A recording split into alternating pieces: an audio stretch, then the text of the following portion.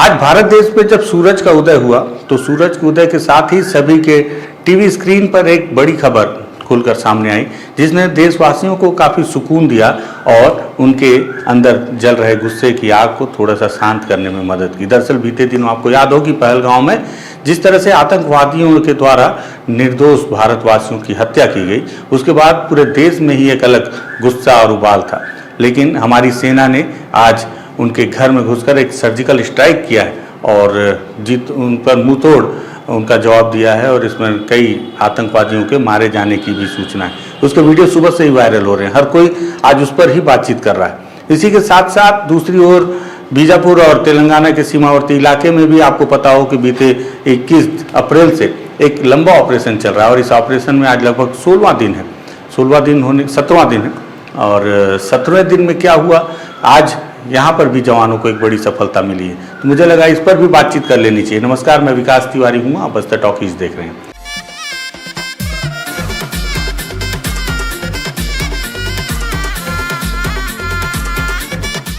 दरअसल पहलगांव घटना जो कि सबसे ज़्यादा दुखद है हमारे देश के लिए और हर किसी को इसके लिए आक्रोशित होना भी चाहिए। आतंकवादियों को इसका मुंह तोड़ जवाब देना भी चाहिए और इसको लेकर हमारी सेना कभी कमज़ोर नहीं रही, ना पूरे देश के लोग कभी कमज़ोर रहे। पूरा देश आज उनके साथ खड़ा है, उन निर्दोष लोगों के साथ खड़ा है, उस दुखित परिवार के साथ खड़ा है और पूरा देश चाहता है कि इस पर जवाब दिया जाए, मुंह तोड़ जवाब दिया जाए। उसको लेकर आज सेनाओं ने मुंह तोड़ जवाब देना शुरू भी कर दिया है। वहीं दूसरी ओर 21 अप्रैल के बाद से जो एक ऑपरेशन बीजापुर और तेलंगाना के सीमावर्ती इलाके में चल रहा है कर्रे गुट्टे के पहाड़ियों में, उसको लेकर आज एक बड़ी अपडेट सुबह से निकल कर आई।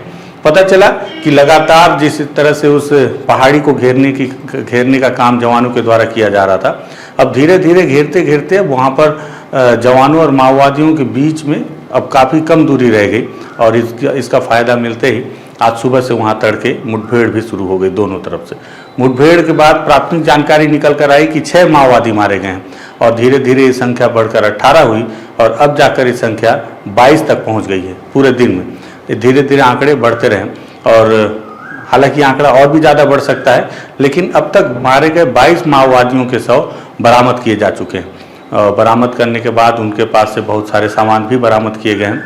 बीते दिनों जिस तरह से पुलिस ने एक प्रेस नोट जारी करके बताया था कि कर्रे गुट्टा की पहाड़ी में चल रहे इस लंबे ऑपरेशन में बहुत सारे बंकरों को ध्वस्त किया गया है, बहुत सारे माओवादियों के ठिकानों को की शिनाख्ती की गई है, बहुत बड़ी मात्रा में कारतूस और बारूद भी बरामद किया गया है। लेकिन सफलता के नाम पर केवल 4 महिला माओवादी ही मारी गई थी, जिसमें से 3 महिला माओवादियों की शिनाख्त पुलिस ने की थी, जो कि बटालियन नंबर 1 की सदस्या थीं और सभी पर 8-8 लाख रुपए के इनाम थे। चौथी मारी गई जो 5 मई को मारी गई महिला माओवादी, उसकी शिनाख्ती अब तक नहीं हो पाई है। वहीं इस पूरी घटना में अब तक 4 जवान घायल हुए थे, क्योंकि उस इलाके में माओवादियों ने पूरे इलाके को कई तरह से आईडी बम लगाकर उस इलाके को अपने लिए सुरक्षित पनाहगाह के तौर पर तैयार किया था और उससे बचते बचते जवान धीरे धीरे इस ऑपरेशन में आगे बढ़ने की कोशिश कर रहे थे। लेकिन जब ये लगभग 16वां-17वां दिन इस पूरे ऑपरेशन को हुआ तो 17वें दिन में आज एक बड़ी सफलता मिली है और अब तक 22 माओवादियों के शव बरामद किए जा चुके हैं। मारे गए माओवादियों के शव को कुछ मेरे जो जानकार हैं उन्होंने एक तस्वीर भी भेजी है जो आप स्क्रीन पर देख रहे हैं। हेलीकॉप्टर की मदद से नंबी तक लाया गया है और उसके बाद अब उन्हें बीजापुर के मुख्यालय लाया जाएगा, जहाँ उनकी शिनाख्ती की जाएगी। तब जाकर पता चलेगा कि मारे गए माओवादियों में संख्या में तो बड़ी मात्रा है, लेकिन उनके स्तर कितने बड़े हैं, मतलब माओवादी किस स्तर के हैं जो मारे गए हैं। क्योंकि ये पूरा ऑपरेशन जिस तरह से पहले दिन से हम बात कर रहे हैं कि दरअसल पुलिस को जो जानकारी मिली कि हिड़मा, देवा, दामोदर, सुजाता, पापा राव, न जाने ऐसे कितने बड़े नाम हैं जो उस कर्रे गुट्टा की पहाड़ी में सुरक्षित पनाहगाह बनाकर बैठे हुए हैं, उन्हें घेरने के लिए पूरी कवायद की गई है। सेंट्रल से इसे लीड भी किया जा रहा है, क्योंकि इसमें सीआरपीएफ, कोबरा, उसके साथ ही छत्तीसगढ़ की स्थानीय पुलिस जिसमें जिला बल, डीआरजी, बस्तर फाइटर और एसटीएफ की टीम है, जो इस पूरे ऑपरेशन में आज 16-17 दिन से लगी हुई भीषण गर्मी में। शुरुआत के समय में गर्मी से हालत ये थे कि जवानों को डिहाइड्रेशन हो जा रहा था। 40 की संख्या में प्राथमिक तौर पर जो जानकारी मिली थी, लेकिन धीरे धीरे जवान वहाँ पर अभ्यस्त भी होने लगे और साथ ही साथ धीरे धीरे हेलीकॉप्टर की मदद से वहाँ सारी व्यवस्थाएं भी पहुँचाई जाने लगी। अस्थायी तौर पर छोटे छोटे कैंप भी जवानों ने बनाए। एक जवान ने एक तस्वीर भेजी, वो भी आप देखिए। जो आप देख रहे हैं इस वक्त, कि किस तरह से छोटे छोटे कैंप जैसे कैंप उन्होंने बनाया ताकि धूप में बैठ सकें, डिहाइड्रेट ना हो सकें और भीषण गर्मी में। इसी बीच आज सुबह से 2 वीडियो भी वायरल हो रहा है। एक वीडियो वायरल हो रहा है जिसमें कि बताया जा रहा है कि ये ड्रोन वीडियो है जो कि कर्रेगुट्टा की पहाड़ियों पर के हैं। हालांकि मैं इस वीडियो की पुष्टि नहीं करता, क्योंकि इस वीडियो को देखकर लगता है कि ये कहीं अन्यत्र स्थान का वीडियो है। कारण यह है कि कर्रेगुट्टा की पहाड़ियाँ काफ़ी ऊंची हैं और जिस तरह से अभी जो गर्मी का समय है, इतनी हरियाली कहीं नहीं होगी। साथ ही साथ एक और वीडियो वायरल हो रहा है जिसमें दिख रहा है कि मशीन गन से फायरिंग की जा रही है, लेकिन वो वीडियो भी जो आप देख रहे हैं ये भी मुझे लगता है कि अभी का वीडियो नहीं है। संभवतः ये वीडियो जो है किसी और समय का होगा या कहीं और का होगा, क्योंकि इसमें मुझे ऐसा लग रहा है कि हेलीकॉप्टर से बैठकर फायरिंग की जा रही है। इस वीडियो की हम पुष्टि नहीं करते, क्योंकि हेलीकॉप्टर से फायरिंग करना पता नहीं कहाँ तक सही है नहीं। मुझे लगता है कि हेलीकॉप्टर केवल उस इलाके की निगरानी कर रहा है, ड्रोन से तो उस इलाके की निगरानी की ही जा रही है। तमाम तरह की तस्वीरें, एक तस्वीर और वायरल हो रही है जिसमें आप देख रहे हैं कि जवान कैसे पहाड़ियों पर पैदल चले जा रहे हैं। ये 2-3 वीडियो भी आज वायरल हो रहे हैं और अभी तक लेकिन इस बात की कोई सूचना नहीं मिली है कि ये जो मुठभेड़ हुई है इसमें किस स्तर के माओवादी मारे गए, क्योंकि जो हम तक जानकारी निकल कर आ रही थी कि जिस माओवादियों के लिए ये पूरा ऑपरेशन लॉन्च किया गया है, जिसमें हिड़मा, दामोदर जैसे नाम है, कहीं से किसी ने बताया सूत्रों के अनुसार कि ये सारे जो बड़े स्तर के माओवादी हैं वो वहाँ से तेलंगाना की ओर अपने आप को सुरक्षित निकाल चुके हैं, लेकिन संख्या इतनी ज़्यादा थी कि सभी तो नहीं निकल सकते। एक और जवान ने बताया कि गुफा में भी घेरा गया है कुछ माओवादियों को और यही वजह है कि सारे जवान जो हैं सुरक्षित भी हैं और माओवादियों को वहाँ घेर कर मारने में सफल भी हो रहे हैं। एक बड़ा ऑपरेशन है। अब तक केवल 4 ही जवान घायल हुए हैं। घायल जवानों में भी उनकी स्थिति स्थिर है। सीआरपीएफ कोबरा के एक जवान हैं जिनकी बहादुरी को हम सलाम करते हैं, जिन्होंने अपने साथी जवान की रक्षा करने के लिए अपनी पूरी जिंदगी को दांव पे लगा दिया था। उन पर हम अलग से पूरी बातचीत करेंगे, लेकिन एक बड़ा ऑपरेशन है। और लेकिन इस पूरे ऑपरेशन को लेकर मेरे मन में माओवादियों को लेकर एक सवाल उठा, क्योंकि माओवादियों ने, आपको याद हो, बहुत पहले एक प्रेस नोट जारी किया था तेलुगु में, जिसमें उन्होंने लिखा था कि कर्रेगुट्टा की पहाड़ियों में कोई भी ग्रामीण ना आए। उस इलाके के चप्पे चप्पे पर उन्होंने बम लगा रखा है, आईडी बम और अलग अलग तरीके का बम को लगा रखा है, जिससे कि ग्रामीणों को नुकसान ना हो। मुझे लगता है कि माओवादी जिस तरह से छद्म लड़ाई लड़ते हैं, क्या ऐसा हो सकता है कि आपको ऐसा लगता है कि माओवादी इस तरह से एक बड़ा हिंट देंगे कि कोई भी ग्रामीण उस इलाके में ना आए और उस इलाके में बम लगा रखा है? क्योंकि अगर इस तरह का हिंट देंगे तो बाकी के जवानों को या सुरक्षा बलों को और इंटेलिजेंस को इस बात पे तो भनक लगेगी कि अगर माओवादियों ने वहाँ बम लगाया तो हो ना हो उनका वहाँ पे एक सुरक्षित पनाहगार उन्होंने तैयार किया होगा।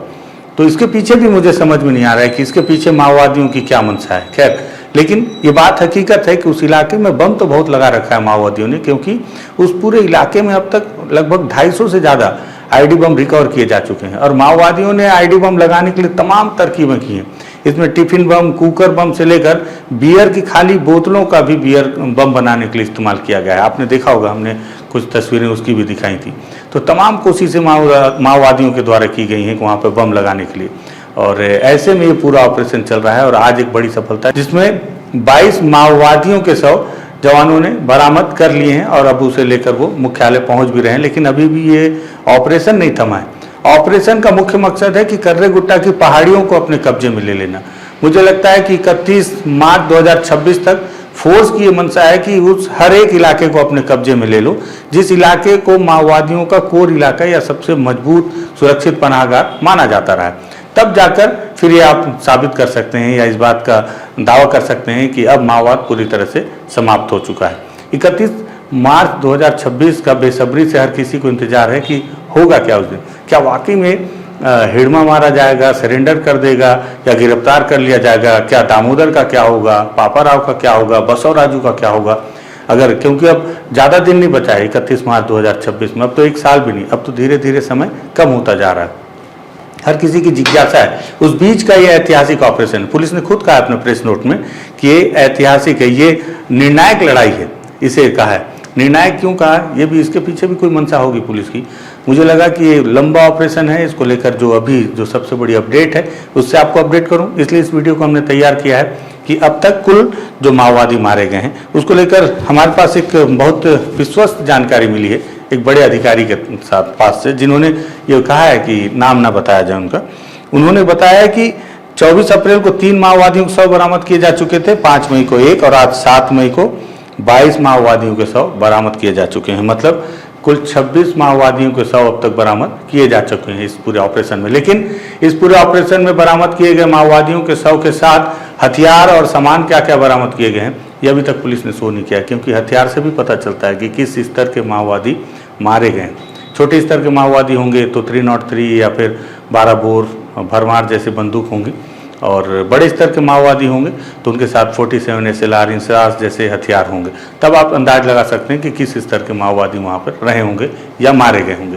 खैर जो भी हो, एक बड़ी सफलता जवानों को लंबे दिनों के बाद इस पूरे ऑपरेशन में मिली है, और मुझे लगा इससे आपको अपडेट करूं, इसलिए आपको वीडियो बना के हमने ये वीडियो हमने तैयार किया है। पसंद आया शेयर कीजिएगा, बस्तर टॉकीज को सब्सक्राइब कीजिएगा। धन्यवाद।